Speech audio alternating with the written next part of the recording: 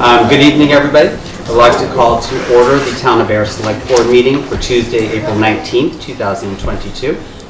This hearing of the Ayer Select Board will be held in person at the location provided on this notice. Members of the public are welcome to attend this in-person meeting. Please note that while an option for remote attendance and/or participation via Zoom is being provided as a courtesy to the public, the meeting/hearing will not be suspended or terminated if technological problems interrupt the virtual broadcast, unless otherwise required by law. Members of the public with particular interest in a specific item on this agenda should make plans for in-person versus virtual attendance accordingly. This meeting will be live on Zoom and Channel 8. The public may access the proceedings by joining Zoom meeting ID number 897-9080-0793 or by calling 929-205-6099. For additional information about remote participation, please contact Carly Antonellis, the Assistant Town Manager, at atm@ayer.ma.us or 978-772-8220, extension 100, prior to this meeting. First order of business, we can stand for the Pledge of Allegiance. I pledge allegiance to the flag of the United States of America and to the republic for which it stands, one nation, under God, indivisible, with liberty and justice for all.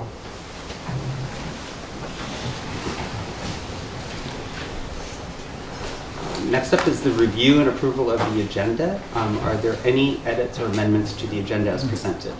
I have none. I don't have any. Mr. Propriano. Mr. Chairman, through you to the board, just two. One is, could we add a number 4 under the DPW Director's Report for the water ban update? And then under my report, number 4, the authorization and execution of the Woodlawn Cemetery deed as indicated in the packet. If we could table that to May 3rd and take that item up that night. Okay. Any questions or comments on that? I'll make a motion to approve the agenda as amended. Seconded? Okay. All those in favor? Aye. Aye. Opposed? And the agenda is approved as amended. There are no announcements this evening. Is there anybody here for public input this evening?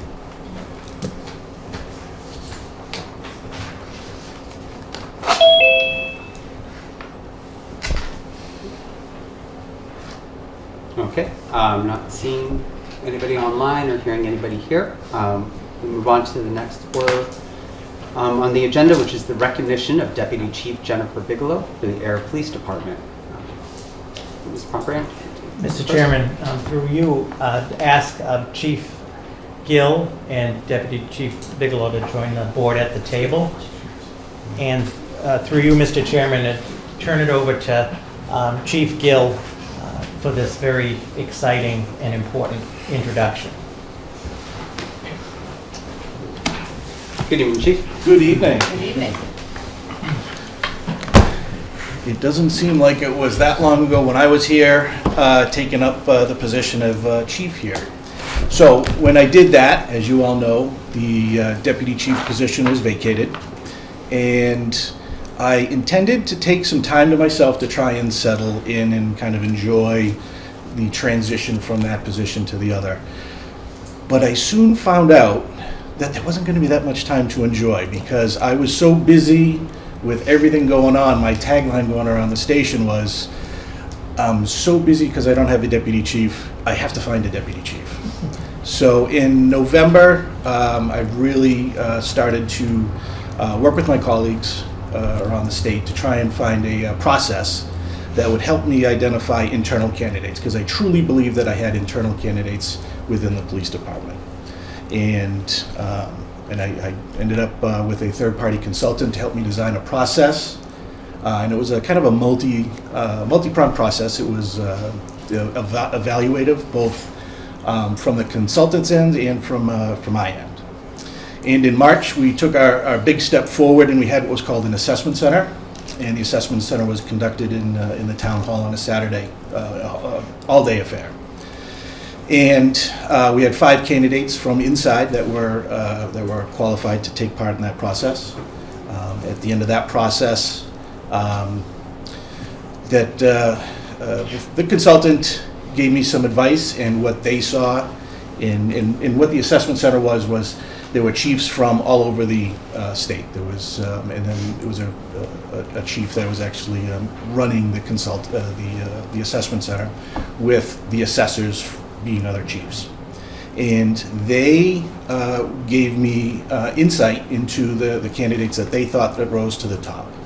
And at the end of the day, they identified Jen Bigelow as somebody who was highly qualified to assume the role of deputy chief here. With that, I kind of assessed on my own on all the candidates, and it was clear after all that assessment that Jen Bigelow rose to the top and was going to be my selection for the deputy chief of Ayer. So tonight, I'm proud to and excited, really, to introduce Jen Bigelow as the next deputy chief and the first woman of command in the Ayer Police Department.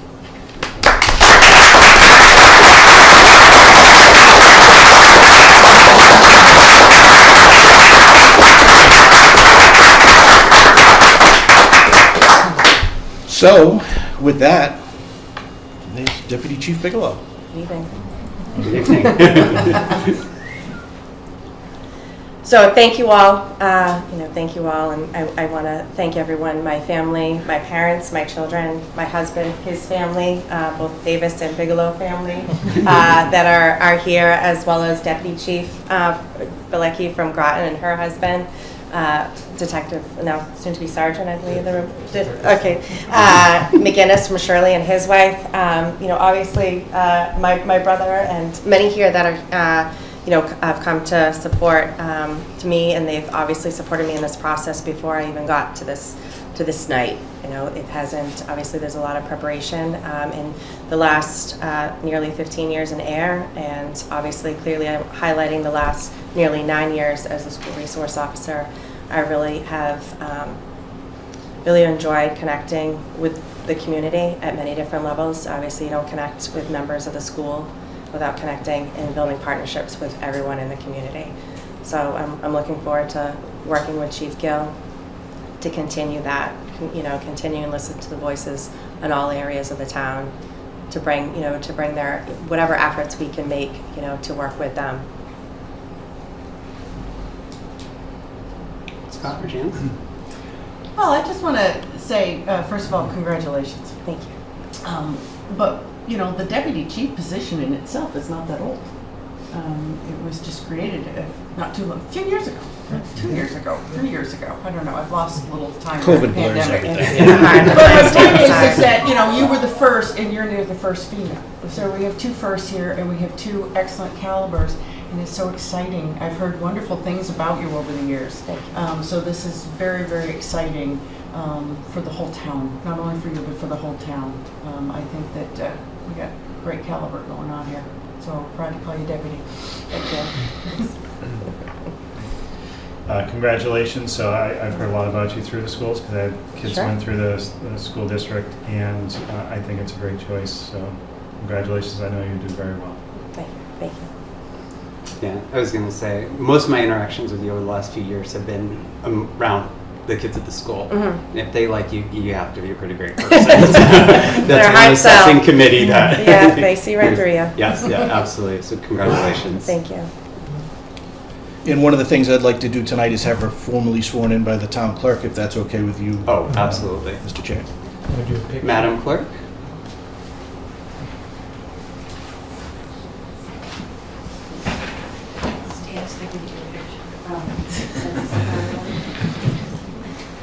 Please state your name. Jennifer Bigelow. Do solemnly swear that you will faithfully and impartially perform all duties incumbent upon you as Deputy Chief of the Police Department for the Town of Ayer, according to the best of your ability and understanding, agreeably to the rules and regulations of the Police Department, the Constitution, and the laws of the United States and the Commonwealth of Massachusetts, and under the rules, regulations, ordinances, and bylaws of the Town of Ayer, made under the authority thereof, so help you God.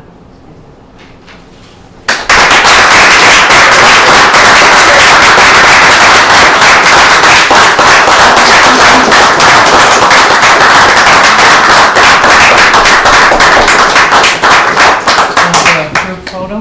Mr. Chairman, maybe we do a picture with the board and the chief and Yep. the deputy? Absolutely. Yeah.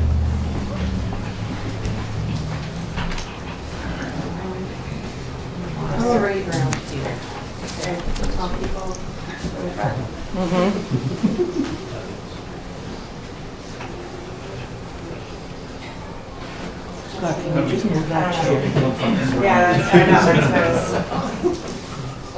We need to.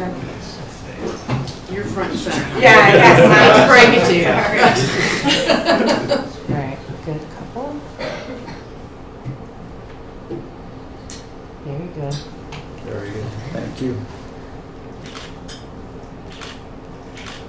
Very good. Thank you. Thank you. Oh, you came with your own paparazzi. I do. Yeah. Thank you very much. Congratulations. Thank you. Congratulations. Thank you. Flowers? Thank you. Yes.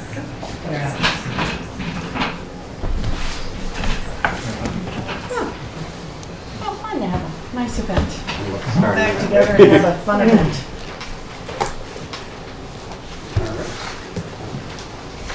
Right. The next item on our agenda this evening is a presentation from Mark Archibald, our town planner. Good evening.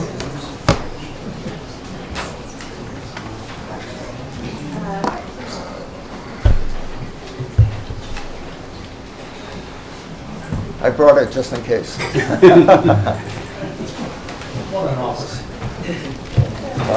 That's a, nope, there we go. So I'm just Perfect, yep, that's good. I'm gonna go back real quick and share the screen so people at home Oh, can see right, it. yep. I think you can just give him 1 second. Oh, yeah, yep.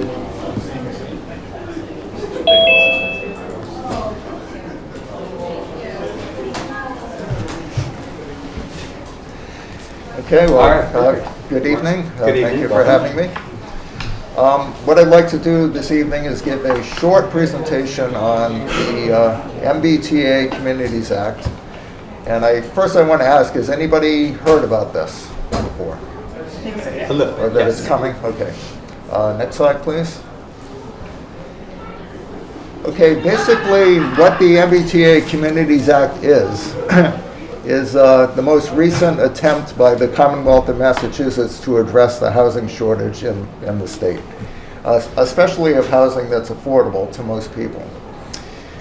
So what this act does is it requires that towns that are served by commuter rail or the subway or bus transit, anything associated with the MBTA, it requires them to provide multifamily housing at a certain density, or actually provide the zoning that would allow multifamily at a certain density. So the density that is required differs depending on the type of MBTA service. So clearly, Cambridge, is in a different class than Ayer, because Cambridge has the subway system. So in Ayer's case, obviously, we're a commuter rail town. And the legislation and administrative rules address the housing capacity under zoning. So it's not a requirement that any town develop, 100 or 200 or 300 units per se, but that the zoning allows a certain density of housing to be produced so that we can address the housing shortage over the next few decades. Next slide. Oh, sorry.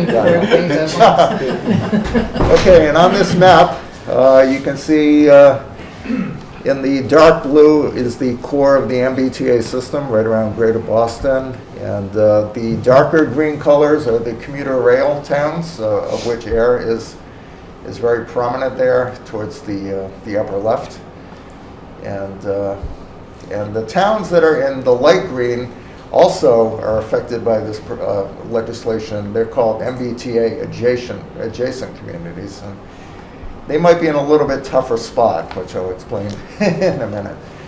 So next, please. So basically, for a commuter rail town like Ayer, The requirements of the act require that multifamily zoning be provided in a district of reasonable size, which according to the draft guidelines is about 50 acres, with housing at a gross density of 15 units per acre. And gross density means you're looking at basically the number of housing units you can get in an acre. You're not looking at wetlands or steep slopes or anything else. It's just the overall density. One key aspect of this is that you cannot restrict the housing that would be developed under this, to 55 plus, or you can't prohibit children.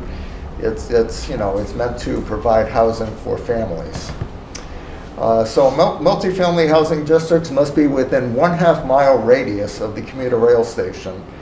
Though in the act it says that some outlying districts might otherwise be able to qualify. For instance, the West Ayer Village Form-Based Code on West Main Street is a little bit over 1/2 mile distance from the commuter rail station, but it may qualify if we need it. And we'll see about if we do. Next slide. So there are several deadlines that are coming up in evaluating this. The first deadline that I put on this presentation was April 5th, which was the deadline to submit a district local technical assistance grant from the Regional Planning Commission. So I already submitted that. We just found out last week that we were granted that. So the Regional Planning Commission over in Leominster will be assisting us in basically doing the math to make sure that we either comply with this act or what we need to do to comply with the act. May 2nd, 2022 is a deadline for each community to report back to the Commonwealth on what's called the Community Information Form. And it's a very basic thing that states that we're aware of this. We gave a presentation to the administrative body in the town, and I have to fill that out and get it to them by May 2nd. I plan to do it by the end of this week, so there's no question. By December 31st, communities must either submit an action plan, which states how you plan to meet this, or in cases where towns already meet this, which may be possible for Ayer, what's called a request for compliance determination. And the action plans detail, what we need to do to meet the act if we don't already. So the action plans must be approved by the Department of Housing and Community Development by July of 23. And the absolute deadline for MBTA rail communities is December 31st, 2024, which is the date by which towns that are subject to the act must actually adopt zoning that is in compliance with this act. If we find out through the DLTA process that we are not compliant, my plan is to not wait till 2024, but to get going as soon as possible on the zoning that would enable us to meet this. Next, please. So this map shows basically the area within a 1/2 mile radius of the commuter rail station, which is dead center. And there are several zoning districts that are included within this. The first is what used to be called the Downtown Business District, which is now the Downtown Ayer Park Street Form-Based Code District. And going out from that, the darker green that you see is the General Residence District, which allows multifamily housing at 12 units per acre, so very close to the 15 that we would need. So that's encouraging. And the initial math that I did, and I'm not a mathematician or an engineer, but the initial math that I did shows that in the downtown form-based code area, we may be able to reach a density of about 25 units per acre.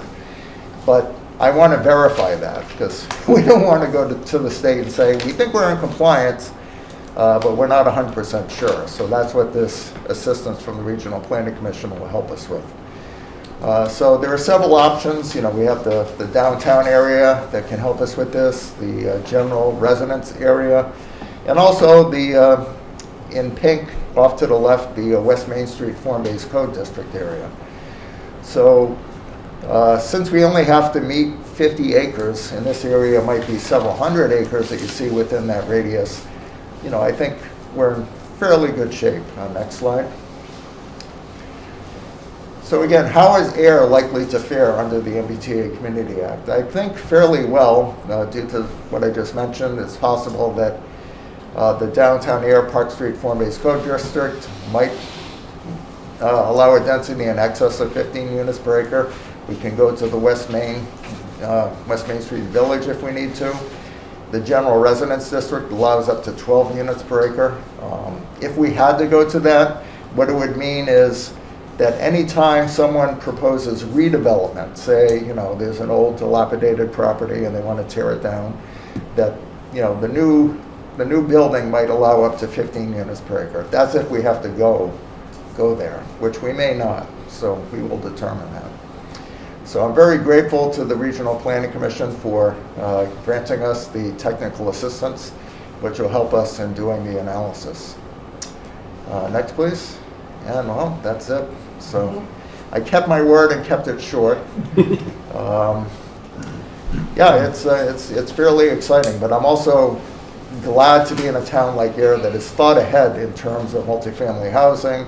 And I want to thank Alan behind me for doing the form-based code districts. That could be of immense help in meeting this requirement. So, what I'd like to do next is after we go through the DLTA process of evaluating our zoning, I can come back to the select board in the future to let you know what the results are, whether we meet it or how far we fall short, and what we, and start thinking about what we need to do to meet it. But I'm fairly confident that we're in pretty good shape. Certainly compared to towns like Shirley or Groton, that are, they don't really have multifamily housing like we do. So, are there any questions or concerns about this? Any questions? No. Okay, well, thank you. Anytime you have a question about it, please feel free to email me or go through Robert or Carly. And Thank you. so thank you. And was, Oh, yes. yeah. Oh, yes. Wait, we have you for one more thing. Yes. Where you were going. So, Mr. Chairman, I thought where town meeting is coming up on Monday, just briefly, if the town planner could just give a brief overview of Articles 30 and 31, which are the two zoning bylaw amendment articles. So through you, Mr. Chair, maybe give the Yes. layman's elevator speech. We have two very simple planning board sponsored zoning amendments for the town meeting. The first is to re-alphabetize the list of definitions in the table of contents. There's a list of 100 or so definitions. We found out that a few of them were not in strict alphabetical order, so we're going to do that. And also, we're refining the definition of dwelling unit, and multifamily housing to be more consistent with the state building code compared to what was there before. So, very simple housekeeping measures that I think will enable the planning board to, better regulate those sorts of things. The second has to do with correcting the minimum lot size in the light industrial zoning district. Back when we had the consultant working on the zoning bylaw, the massive update, there was an error in the table from the old zoning that goes back before 2017 that cited a lot size of 120,000 square feet. It actually should be 20,000, not 120. But we didn't discover that at the time because I've seen towns where it was larger and it didn't really jump out at any of us.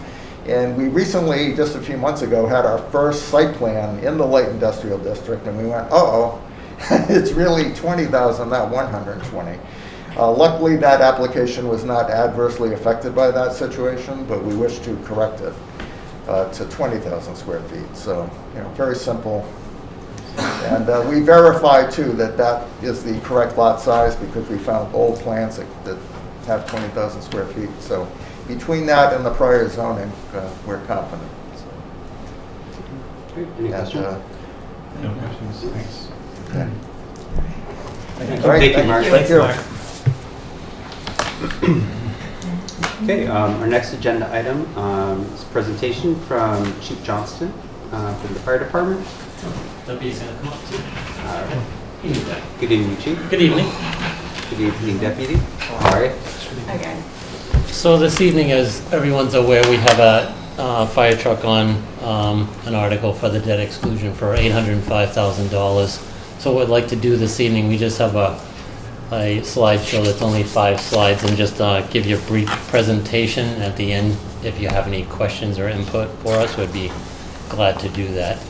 So as you see before us, that is the engine we're actually going to replace, which is known to us as engine number 4. That was purchased for the town back in 1993. Has a 1,250-gallon pump, 750-gallon water, and 30 gallons of foam. So that was purchased for the price back then of $225,000. We all wish we could go back to that.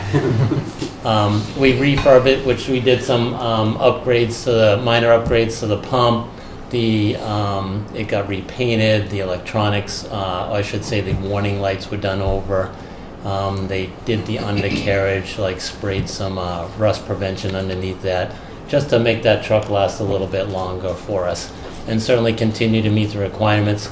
And the recommended service by the NFPA, which we go by, is for the service life of this truck would be 25 years, which, we've exceeded that.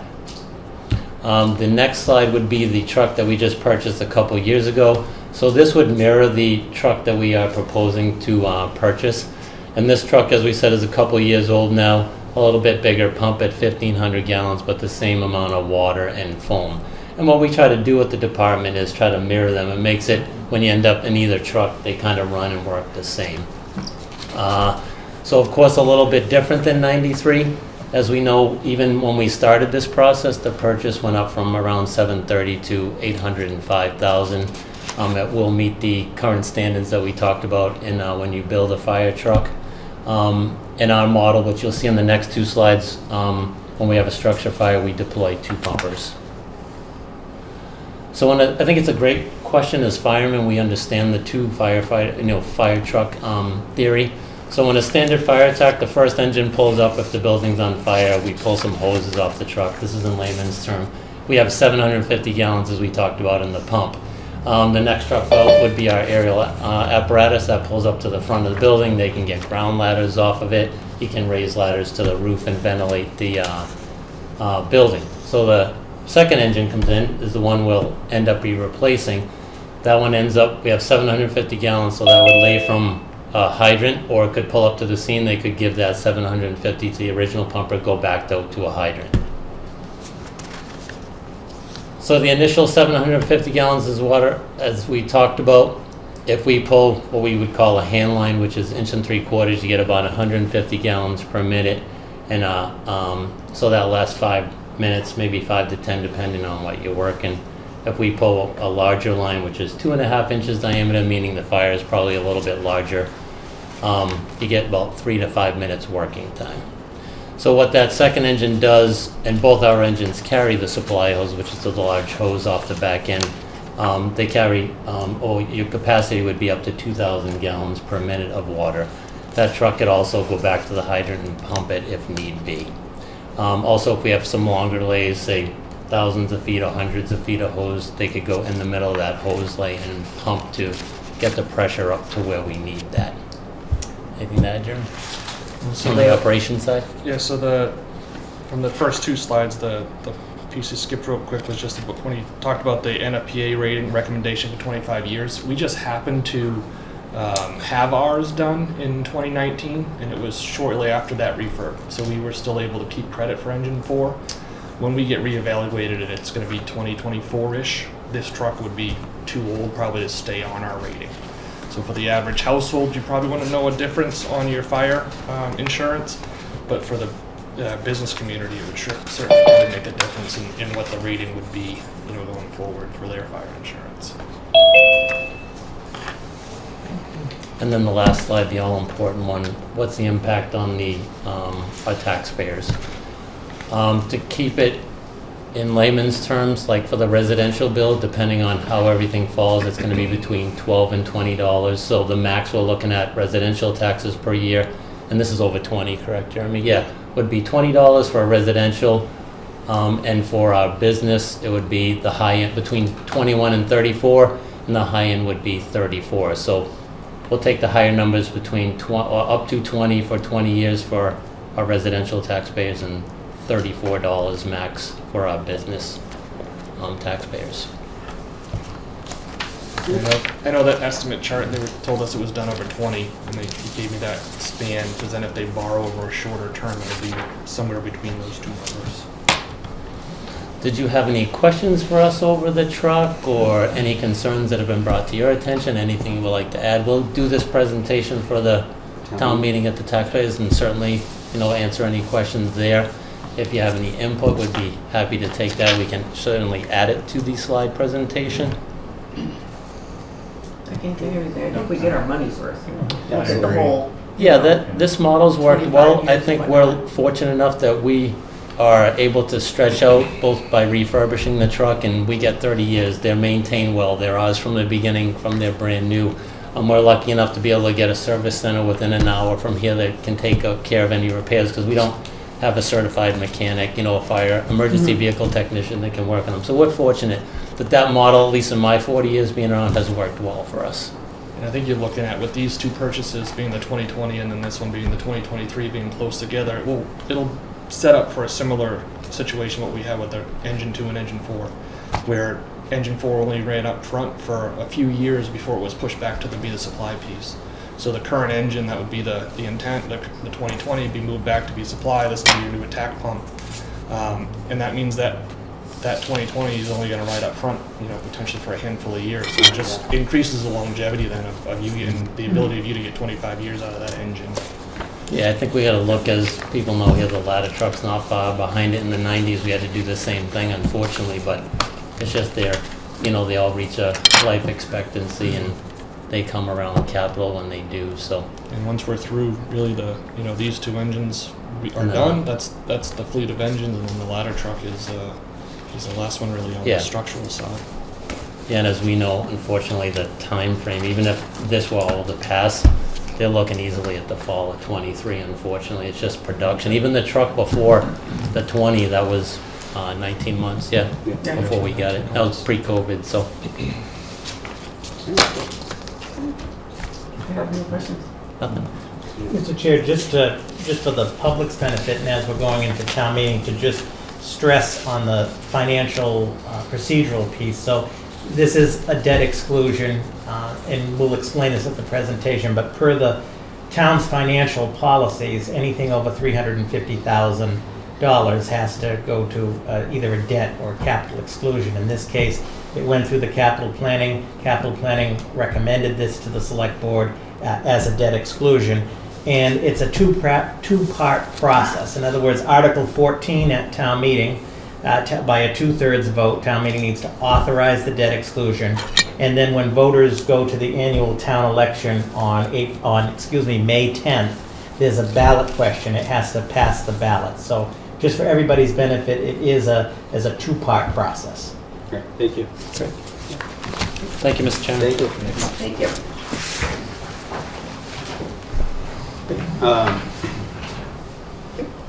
Next item on our agenda is Main Streets Regional Pocket Forest Pilot Project, presentation by Alan Manoy. Good evening, Alan. Good evening. Good evening, Mr. Chairman. Good evening, all. Okay, through you, Mr. Chairman. Last fall, we were approached by our colleagues at the Devon's Enterprise Commission, Peter Lowett, Neil Angus.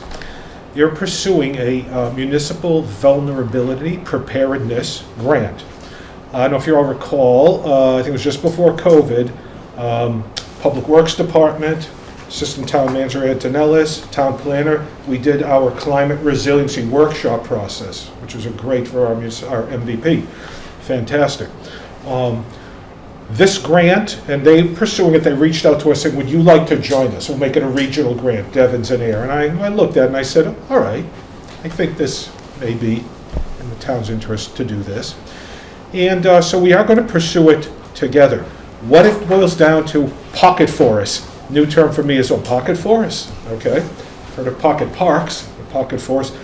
We would win the grant, and what we're doing is trying to identify our neighborhoods here and there that are built very closely on top of the rail lines, close to the heavy trucking routes. They're good, tight neighborhoods, but there's an awful lot of asphalt in them. not a lot of green and trees, and very close to the rail lines, which is a lot of air quality issues, and it's just harsh, a lot of these neighborhoods. We're doing great work with our Affordable Housing Committee to make sure the folks, and where most of our affordable housing is going to be in these neighborhoods, it just is. So we got to make sure in other neighborhoods there's a good quality of life, sustainability.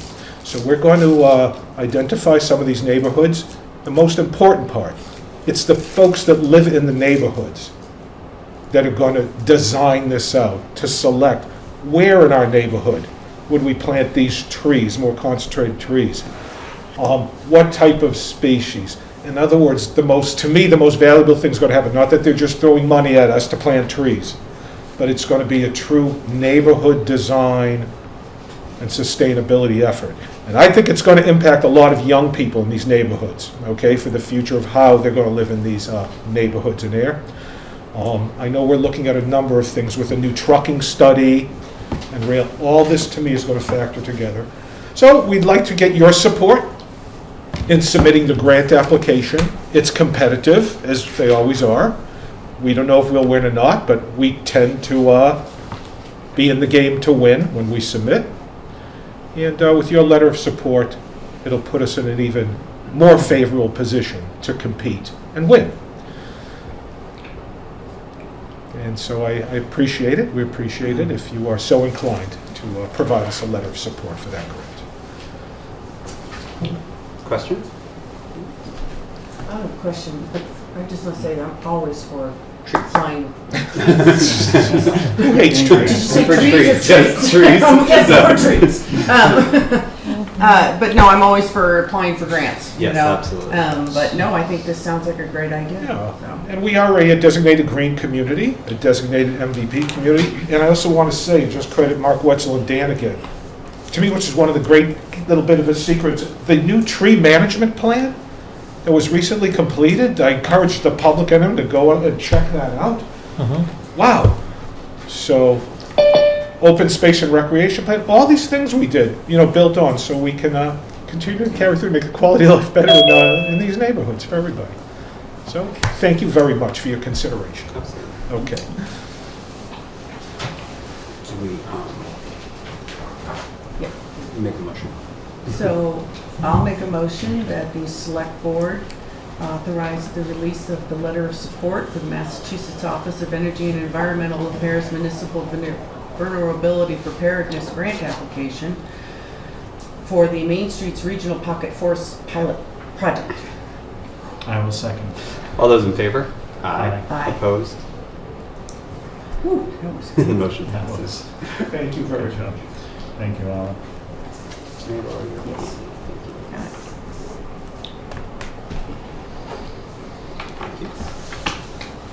All right, thanks, Alan. Thanks, Alan. Next agenda item, we'll hear from the DPW director, Dan. Good evening, Dan. Hey, How are good you? evening, everybody. Fine, how are you? All right, so I'll try not to be too long-winded. I've got a few items here. So the first item tonight is the 2022 through 2024 paving and road treatment contract award. So we always do a 3-year contract. Well, it's really 1 year with 2 one-year amendments. So we were due for our new contract this year. And we had some pretty good bids. And this project is for our Chapter 90 projects and road paving throughout town.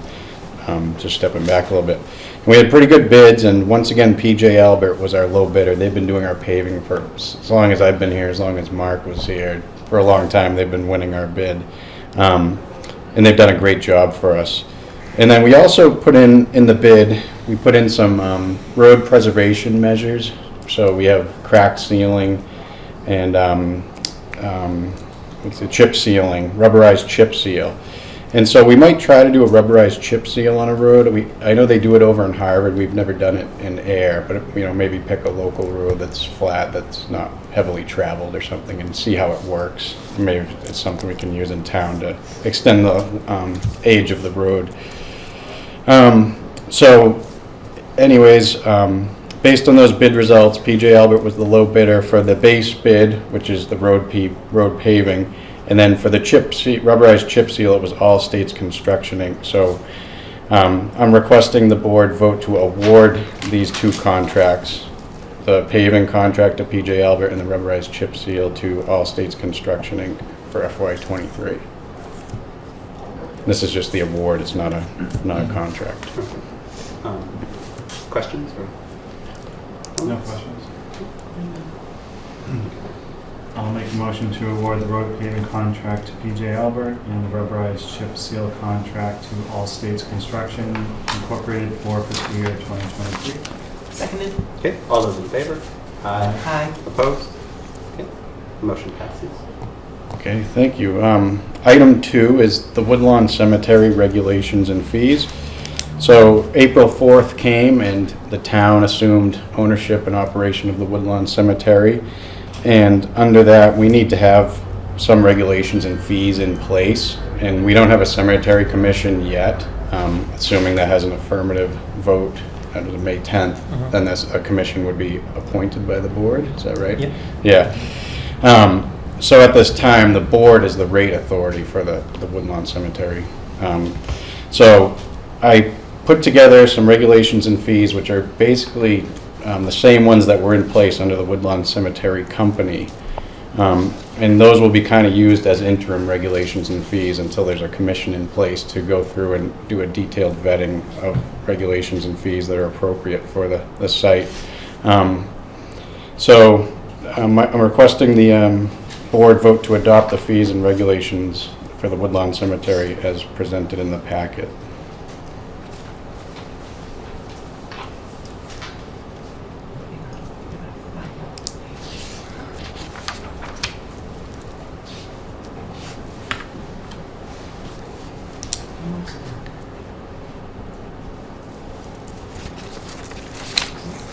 There it is.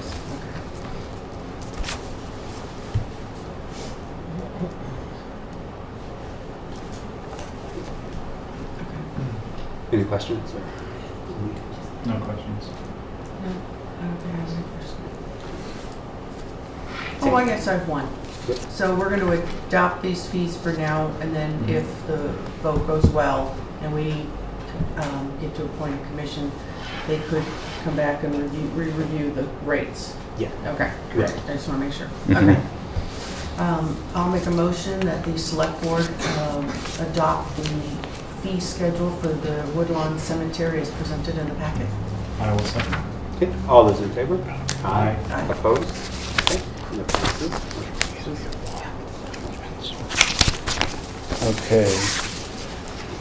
Okay, my third item is some brief project updates, some of the major projects we got going on in town. So I'll start off with the East Main Street final paving. Currently, their tentative schedule is to do the final paving the second week in May, so the week of May 9th. Between now and then, they're going to be adjusting the castings, the sewer manholes, catch basins, and getting them to the proper grade. And they also have to do some milling on the side streets to get those to the proper grade for their final paving. Their scope was to mill the side streets, not to do a full reclaim. So second week of May is tentatively scheduled for final paving on East Main Street. And there'll be public notification that goes out. Next project, the West Main Street MassWorks project. So if you've been down West Main Street past the bridge over the railroad, you'll notice it's a lot different. Construction started March 28th, and right now they're working on the water main installation, and then they'll be moving to drainage. They did mill the roadway. We ended up discovering that the pavement was about 10 inches thick in most places. So we were originally going to do what's called a reclaim, which is where you grind up and reuse the pavement and blend it in with the subgrade for a nice new compacted foundation. But when you have 10 inches deep, your reclaim equipment only goes 12, so you're mostly just going to have pavement. It's not very well graded.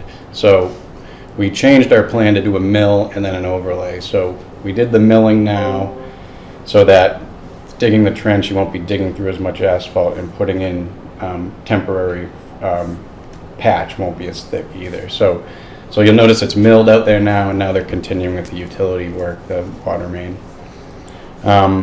The overall schedule is kind of similar to East Main, with doing final paving in the spring is the plan, to let the trenches do any final settlement over the winter. And before that, we would have binder course in place and new sidewalks and curbing and everything. That's the plan, is to get the project done this construction season, except for top course paving. Spectacle Pond, water treatment plant, PFAS treatment construction. So the project, we originally were thinking that around mid-April, around now, we would be getting the system online. But we ran into some issues. The major one was, there's a lot of pieces that have to fall into place. There was two shutdowns for electrical work, one for connecting our generator, the existing generator, to the new building, because we can't obtain our new generator in time, or not in time, but because of supply issues, we're allowed to use that. And then another shutdown for changing over to a new PLC, so a computer on site. And those all tied into getting the power turned on at the site. And we had power scheduled to be turned on March 21st, and then on the day of, nobody showed up from Littleton Electric Light, and we found out their guy who's certified to turn it on was on vacation until the 29th of March. So that shifted everything. So it shifted our plans to do the computer, to do the generator and the power running over, and also for the media installation, the granular activated carbon media installation. So all these had to be rescheduled, coordinated with everyone's schedules, subcontractors, the towns. So currently, we have done the electrical work. That's all done. The next step is the media installation. That's scheduled for Friday, April 29th. And then May 2nd is the Monday. It will be what's called rinsed. And then it can be sampled. We can run it through the plant to waste, collect samples. Those will come back, I'm not sure if it's a week or two. And in the meantime, DEP can come on site to do their inspection. And then at the same time, just before DEP comes, our operators will get trained on the system from the vendor, from the Calgon media vendor, on how to operate it. So assuming these all fall into place, I expect mid-May would be around when we'll have a startup. And DEP would send us a letter to start using it, as long as our samples come back good and everything. It doesn't. I don't see that there'll be an issue, at least at this point. There's only a handful of things left. So that's what's going on with Spec Pond. The wastewater treatment plant, FY 2020 construction. So we've had major delays in supplies, and it's not just this project. It's everyone everywhere is having these issues. So several pumps were originally due to come in last month and this month. Now they're coming in July and August. So without those pumps, you really can't go in and change it. There's a lot of pump change out on this, the scope of work for this phase. The good news is we did get our gravity belt thickener, so that's the new equipment that's going to thicken our sludge to hopefully reduce the loads we have to send off-site for disposal. So that's in and being installed, but this will require an extension of the contract times eventually. So I think the substantial completion is July 5th. So they're not, with the pumps coming in July and August, they're going to go past that before they even really get a lot done. So I'll be back eventually with a contract time extension for that project. And just kind of note, iron, steel-wise, for our ductile iron water main pipe, there's a 32 to 40 week lead time. So from when you order it until you get it.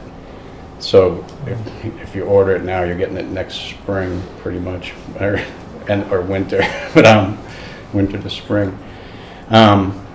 So it's kind of the issues we're dealing with. The Ukraine-Russia conflict's a big part of it. Everybody uses iron, not everybody, but a lot of people who used iron got it from Ukraine and Russia, and now they're all reverting to using U.S. scrap. So everybody's using it, and if we order a load of ductile iron pipe, which will be hard for us to get, but if we do, there's a $3,000 surcharge per load just for the additional rise in price of the scrap material.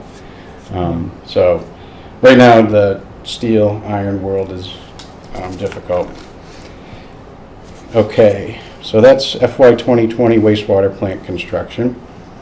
And then the final item which we added at the end was the water conservation update.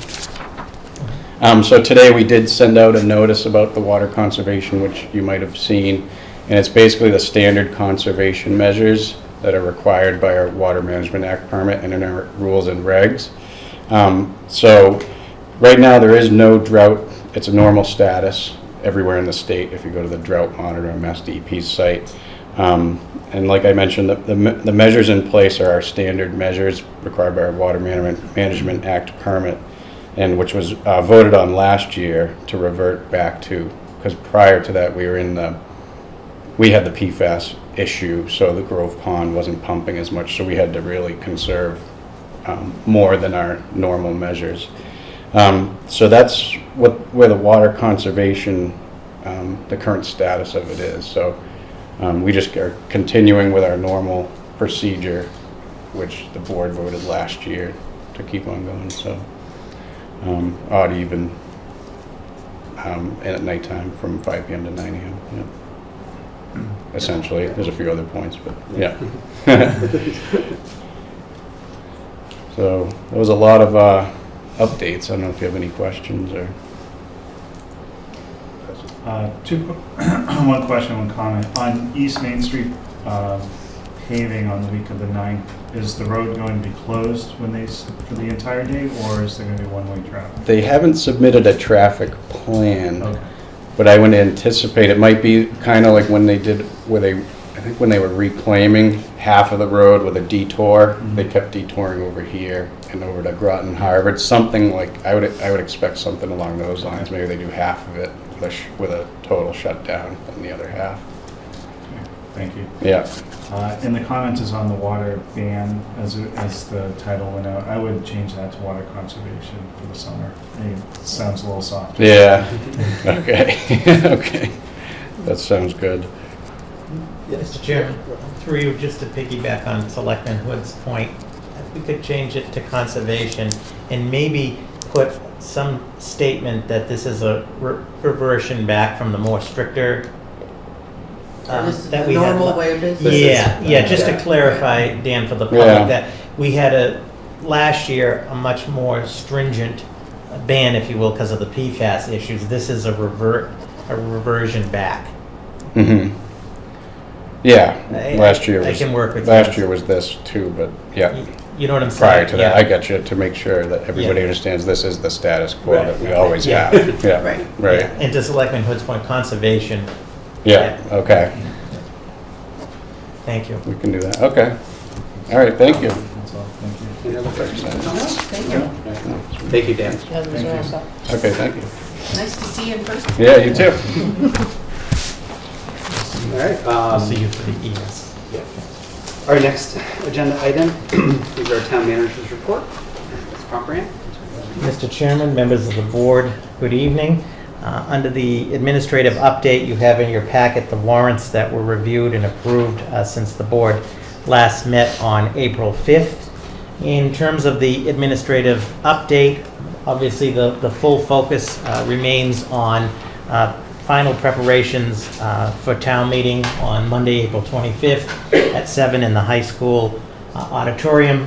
The BI board, we met last week to finalize the content and concept for the budget presentation under Article 6, as well as the budget book, which we're in the process of putting together for everybody at town meeting. So again, the main focus has really been on the budget and town meeting preparation.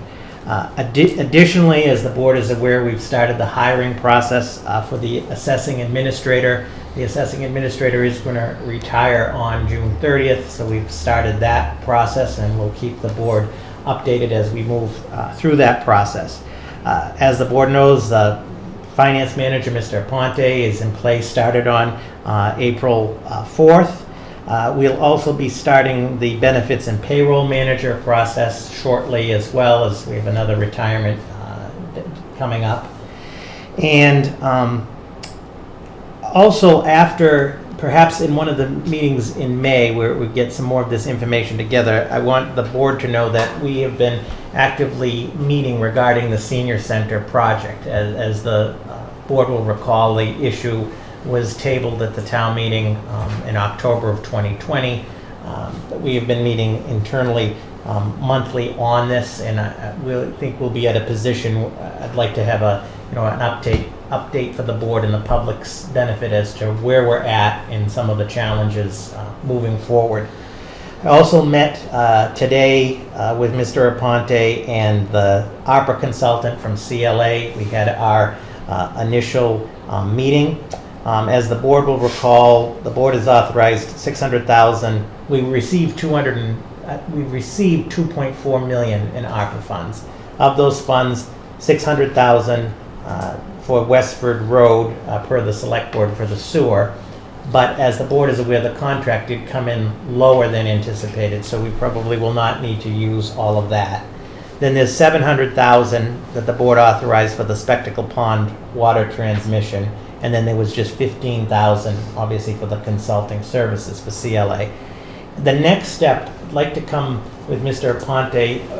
One of the reasons we're working with CLA is to develop, ultimately this board will decide and take a vote, but to develop some options in a policy and process for the remaining ARPA funds. So there's still quite a bit that we have. It has to be committed by December 31st of 2024 and spent by December 31st of 2026. So right now it is in an interest-bearing account as we move forward, but we'd like to start the process now that we have the consultant with the board about some potential uses for the balance, what we can use it for, what we can't use it for, and then some type of, obviously, a process. So hope to have that maybe for the second meeting in May for the board, at least to start that discussion. Before I get into the couple of action items I have, I don't know if are there any questions from the board? No. Okay. I do have 3 appointments for recommendation tonight to the Recycling Committee. Respectfully recommending that the Select Board appoint the following Ayer residents to the Recycling Committee. Mr. Jeff Tillotson to an unexpired 3-year term to expire June 30th of 2022.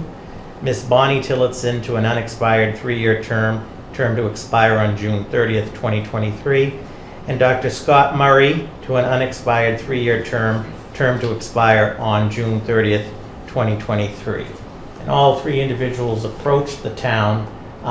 The Recycling Committee, we've had some great folks on that in the past. Had some retirements, some other individuals, some things have come up that they're unable to continue. These individuals came forward with an interest for that, and also an interest in keeping the annual town cleanup so we don't miss a year. And I know that they are working with the DPW director on that. Janice?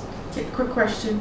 Why is Mr. Tillotson expiring on June 30th, 2022, when he's also on an unexpired 3-year term, and everyone else is 2023? Ms. Antonos? Yes, so that's just how the term membership falls. So what we do is our first letter, we always fill the shortest one first. So there's someone vacated a term that was supposed to expire in June.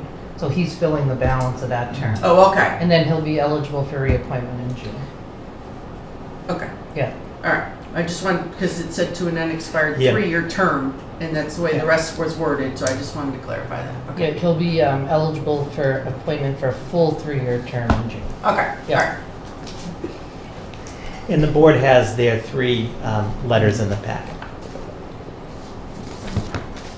Scott, did you have any questions? I have no questions. I have no questions. I'm very Same. happy. Absolutely. So, I'll go ahead and okay, introduce see a you. familiar face in the back room. So I'm hoping she'll be happy too. Yes. So, yeah.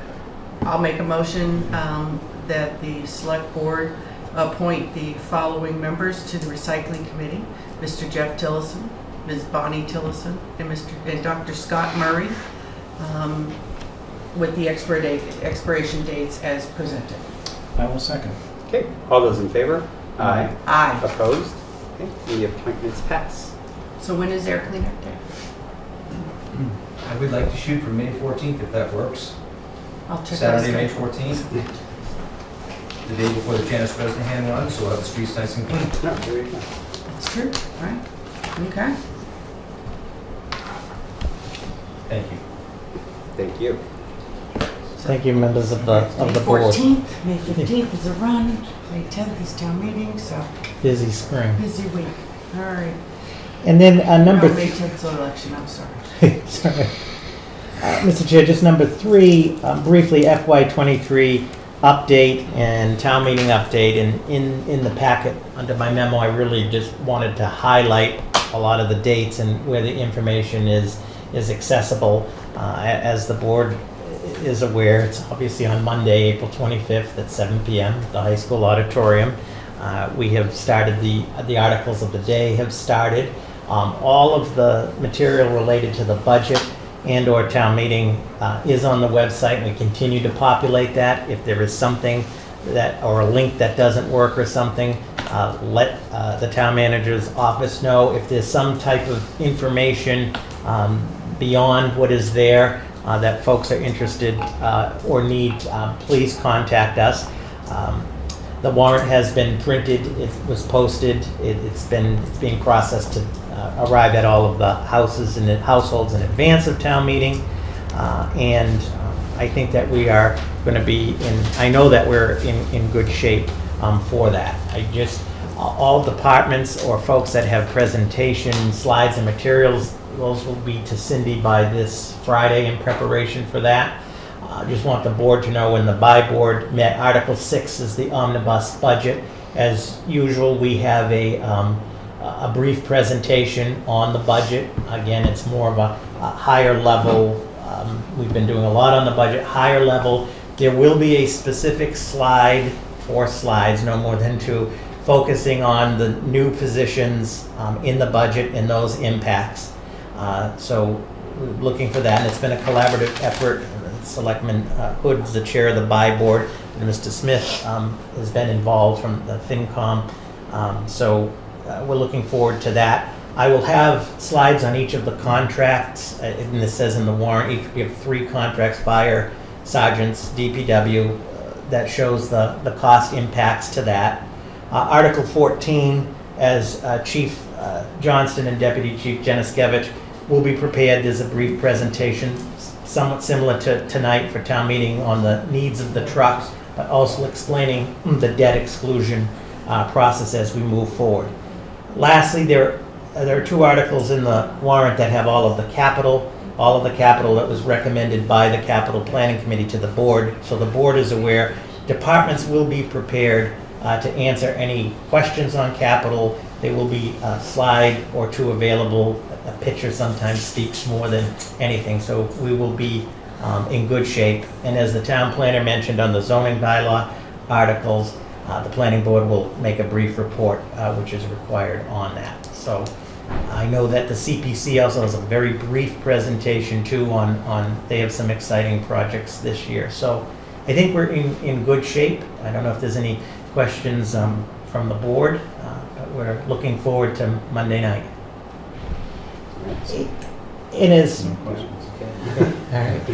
And then just as mentioned again under the amendment, the quitclaim deed for the Woodlawn Cemetery will be on the May 3rd agenda for your review and approval. Okay. And that concludes my report. Great, thank you. All right, the next item would be new business. First, Janice, the Devon's Framework Committee update. So unfortunately, I forgot my notes, so I asked the chair's indulgence that I may have to turn to Robert or Alan to remind me Sure. because I'm still not used to coming down here. So it's with my little home office upstairs at the hill. So the Devon's Framework Committee, as you know, it's the Devon's Framework Jurisdictional Committee. And we started meeting up again this year after, due to COVID and everything. And the reason why we really weren't meeting is because on Zoom, that many people on the committee, you have, Mass Development, you have Harvard, you have Shirley, you have us, you have the deck, and then the 6th shareholder that we voted on when we first formed, residents in businesses, okay? So it became too much to try to do it in Zoom and everything. It was just too painful. So it was agreed that we would just, table those formal meetings. So we started them up again this year. I wouldn't say they were very productive. We did have a working committee for an RFI or an RFQ? RFI, which Alan was working on and everything, that was starting to go okay. And we were almost there to be able to bring this draft RFI to the whole committee for approval, and Mass Development has pulled out. So it was a little over a week ago, Mass Development sent out an email to the committee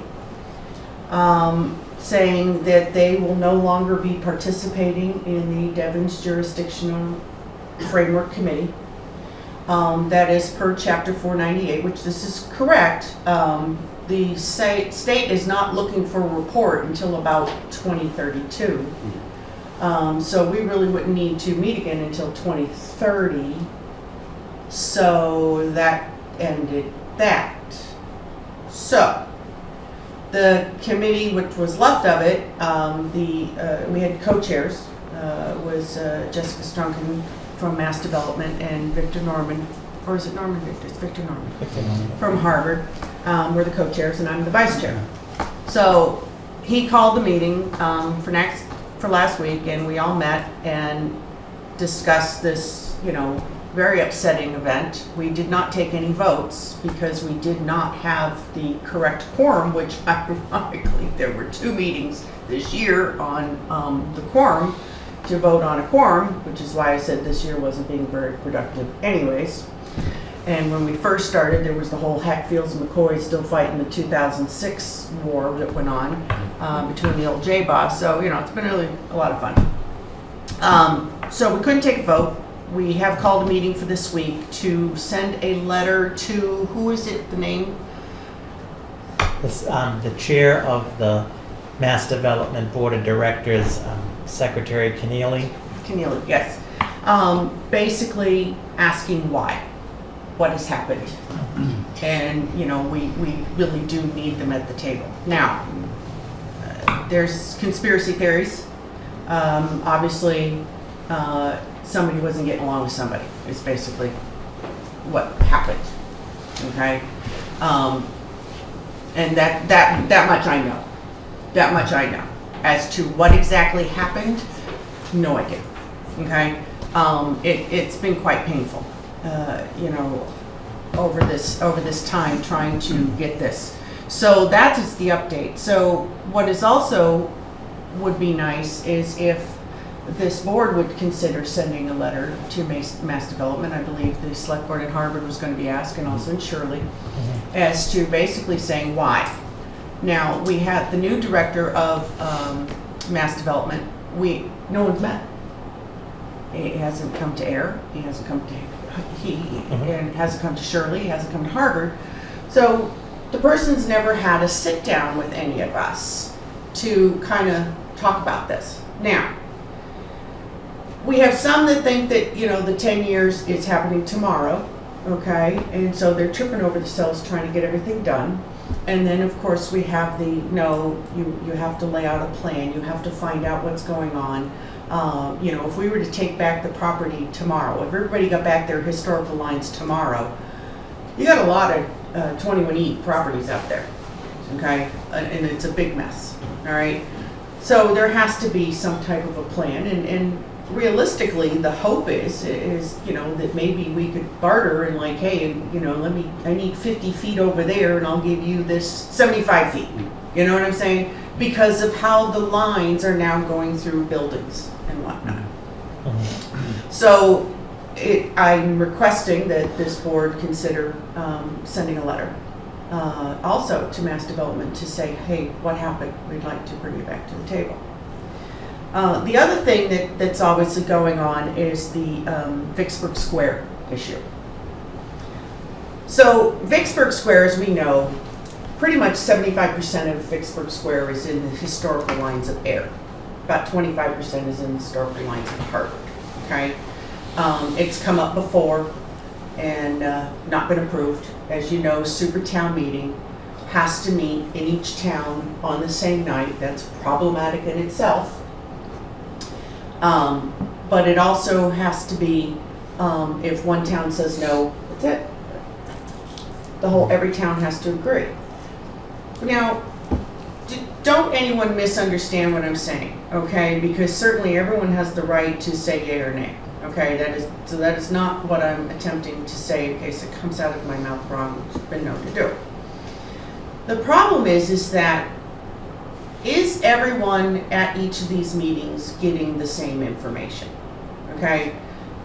In reality, what's, in my opinion, sometimes happens is that politics comes in and that's what's driving the conversation when the conversation needs to be taking a bit of a different tone, Vicksburg Square being affordable housing.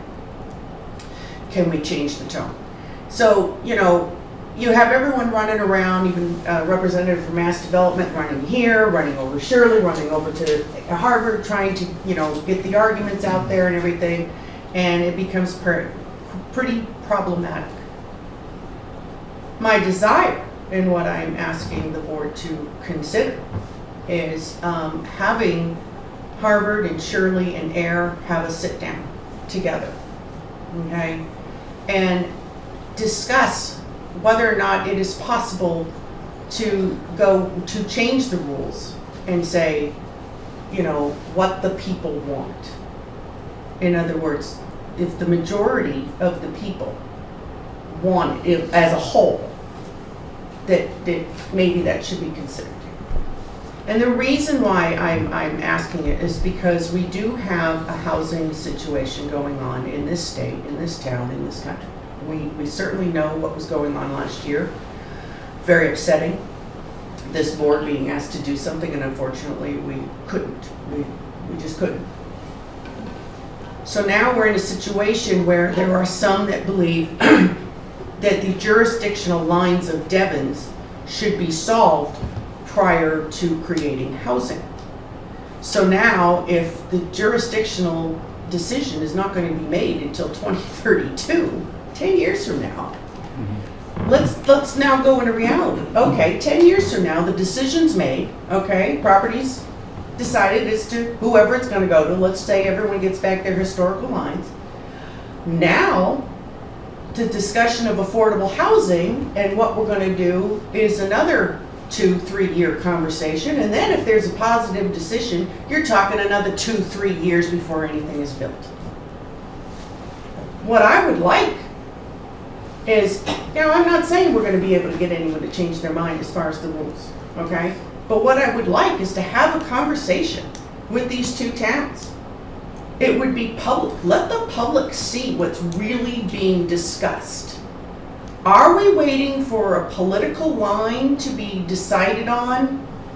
Or are we here, is our purpose to help the people? So I'm asking for that to be considered. And I'm asking for a letter to be considered to send to Mass Development saying, why? I don't want to hear the conspiracy theories that I keep having to listen to. And honestly, if you're going to tell me a conspiracy theory, if they're an alien in it, it's not interesting. And I'm joking about this, I know. But it is quite upsetting what's been going on. And it's just annoying, you know. But I would, you know, we do need to get them back at the table because, yes, it is a very lengthy process, but we still need them. We need them at the table. We need them to be able to help us, you know, get through some of the questions or, you know, give us the info we need. And if they're shutting down, we're going to be at a loss. Scott, thoughts? It's a lot to unpack, but let me... The alien part? Or What's that? The alien part? Oh, no, I think that's the easy part. Where to begin? So it's very disturbing that only 4 or 5 years after mass development came back to the towns and said, well, if we can come to an agreement, we'll do disposition early. That, I think, garnered a lot of support amongst the communities because it's clear the current process doesn't work. And there's too much, to your point, you have 3 town meetings that have to meet simultaneously, taking a vote, you have 3 feeds of information. My opinion is clearly that disposition needs to be handled before we start looking at adding housing to that area. And to Janice's point that she brought up, even moving boundaries, not necessarily historical, but moving boundaries so that whole buildings stay within or even neighborhoods can stay within a community. So we're not actually dividing the community that exists there, but we're just taking new potential within boundaries. Vicksburg Square has immense opportunity for the right opportunity, and I don't think that would really come to fruition until there is a disposition and you're dealing with one municipality in order to make that change. So I wholeheartedly support letters to whomever we need to keep this going. As for the towns working together, I'm all for the towns to continue to work together even without mass development if we don't get answers. You know, the local Devens committee, which I'm supposed to be organizing, we haven't really had any traction, you know, because of COVID, et cetera. Happy to get that going and start looking and you know, identifying what information we need, working with Harvard and Shirley. And if it comes to a position where the 3 communities work independently and we come together and all 3 communities say, yes, we want disposition, we want historical, well, you know, boundaries back, this is our proposal. If we have to go that route, then I say we go that route.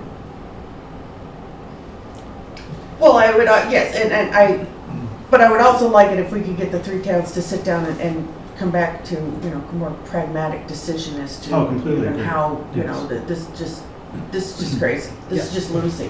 Nothing is getting, when J-Boss was going on, Gary was on the J-Boss and I attended a couple of meetings. It was painful. I actually sat through a Harvard board meeting and they argued the whole time and we didn't even talk about J-Boss stuff.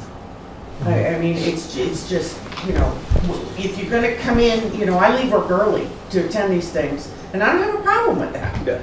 But I do have a problem if I'm just sitting there listening to conspiracy theories or whatnot and we're not getting anything productive done. Robert? Mr. Chairman, through you, just to add on to what Selectman Livingston outlined, I think that the 2 requests, the first, the letter that Selectman Livingston mentioned that's going to come from the remaining committee to the chair of the Board of Directors of Mass Development, just the reason behind that, as Selectman Livingston mentioned, is Dan Rivera, who's the head of Mass Development, since he's been there, has not met with the committee, nor has he met with any of the towns to date. I also just want to stress that Ms. Strunken, who reports to him, who's the Vice President of Operations in Devens, has been very supportive. I think it's important to say Absolutely. she put a lot of resources towards these meetings. This decision came from Mr. Rivera. The question is, does the board, to what extent is the board that oversees him aware of this? So the letter, the first request, that letter is going to be copied to all of the towns, so this board will get it, as well as the state delegation. To Selectman Livingston's point, it can't hurt if this board's willing to authorize its own letter from the Ayer Select Board, and the letter basically stresses just, the 2 themes are, why have you left the table, and you need to come back. You know, so I mean, less is more. That's because we all just received this email a week or so ago. Yeah. It's very 3 sentences. We were sort of out. The second piece is, as all 3 towns, there are a lot of new select board members in all 3 towns. Nothing against folks that were there before, and a lot of time has come by. The thought was that Alan and Janice and I had discussed after this is if Ayer hosted the three select boards, getting away from the J boss, even the name and so forth, to just have an initial conversation, sort of meet and greet, but also and this would be public, to Janice's point, to Selectman Livingston's point, and what are the fundamental issues? Right. You know, I mean, again, because it's been a while, and if that's something, and to Selectman Livingston's point, at this board, you know, authorize, you know, a letter to that nature, inviting them, and we could set that up, you know, accordingly. It'll be some preparation to set that up. But we all agree, regardless, that you need all of the stakeholders at the table, and the fact that we are not even 100% sure why mass development, nobody knows why definitively they stepped away. The final point, as Selectman Livingston mentioned, we were at a critical point where this RFI, just for the public's benefit, this request for information, this formal document was going to be the first step to find the professional consultant to begin to work on the framework process, and that would also tie into the funding piece as well. So we do need the state and mass development at the table for that as well. So those are sort of the two requests. Yeah. Discuss it. No, I'd be fully in support of a letter asking them why and to come back. Yeah. And then I think it's a great idea to have, you know, the boards from the other towns, because kind of like Scott said, we have to move forward. We have to move forward. We Yep. can't just allow Mass Develop pulling out to like make this conversation stagnate where it is. And I mean, if we could keep working with the other towns on what those issues are, what the hangups were, you know, and since there are new people, maybe we will have, maybe some of those old issues aren't the same. We can only hope. So far, I'm not But not if we don't know, sure about yeah. that. Right. You know, but yeah, so, okay. But yeah, could maybe with Carly craft a letter or and then, Yeah. Yeah, so Mr. Chair, the first letter will be sort of the why did you leave Yeah. and come Please back come type of letter. Yes. That would be from the board. Less is more. It would pretty much mirror what the framework letter is going to be. And then the second letter, if the board's willing, would be an invitation, if you will, to the select board in Shirley and the select board in Harvard. Ayer would host it, to come to have an initial public discussion, on Devon's and the issue of disposition. Yeah. And there'll be some more, we'd have an update on the second, well, actually both of them would have further updates, and there'll be some planning involved, especially for the second piece. Sounds good. Okay, thank you. Yeah, that's great. All right. Next, the board member Hood, town traffic issues and concerns. Thank you, Mr. Chair. I did approach Robert after the meeting we had with Mr. Minoyan, where he brought forward the truck survey, and got me thinking about the truck traffic that's coming through town, and also being woken up at like 6 o'clock in the morning by a Jake brake in the middle of winter, because it just rips through town when there's no leaves on the trees. So I asked Mr. Pomprian to reach out and maybe we can look at what we can do in the interim while they're doing the truck study to kind of mitigate some of the truck traffic that we do have, since it does go through our downtown. So it's through the heart of our community. You know, looking at whether there's possible Jake brake restrictions around, you know, dense housing.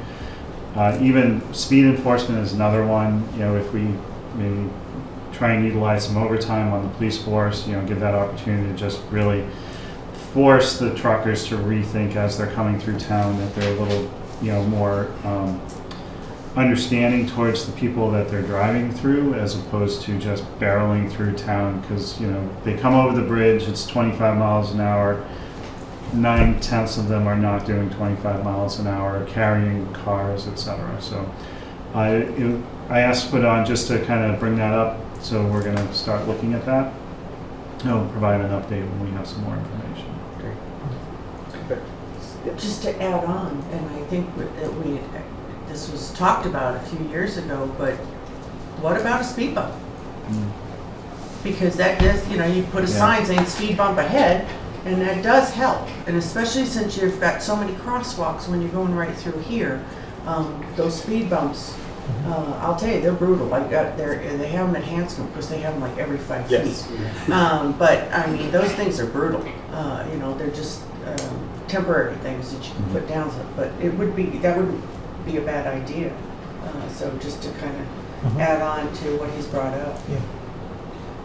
Sure. Mr. Chair, just through you to the board, Selectman Hood said, bring this up to start the discussion today. I will be talking to all of the departments involved with this. I've talked to some of them already initially.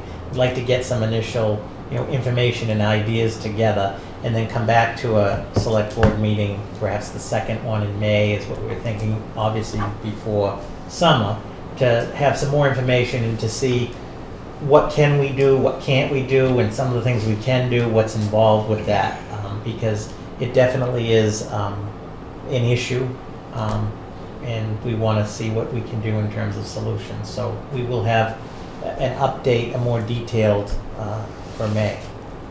Sounds good. Great, thank you, Scott. So that brings us to our next agenda item, which is executive session. Mr. Chair, Board Member Livingston. I make a motion that the select board proceed into executive session pursuant to Mass General Law, Chapter 30A, Section 21A, Exemption Number 2, Non-Union Personnel Negotiations, Water and Sewer Superintendent Contract, Deputy Police Chief Contract, and that the board will not come back into open session, but will adjourn from executive session. I will second. All those in favor? Aye. Opposed? Okay. And we are now in executive session.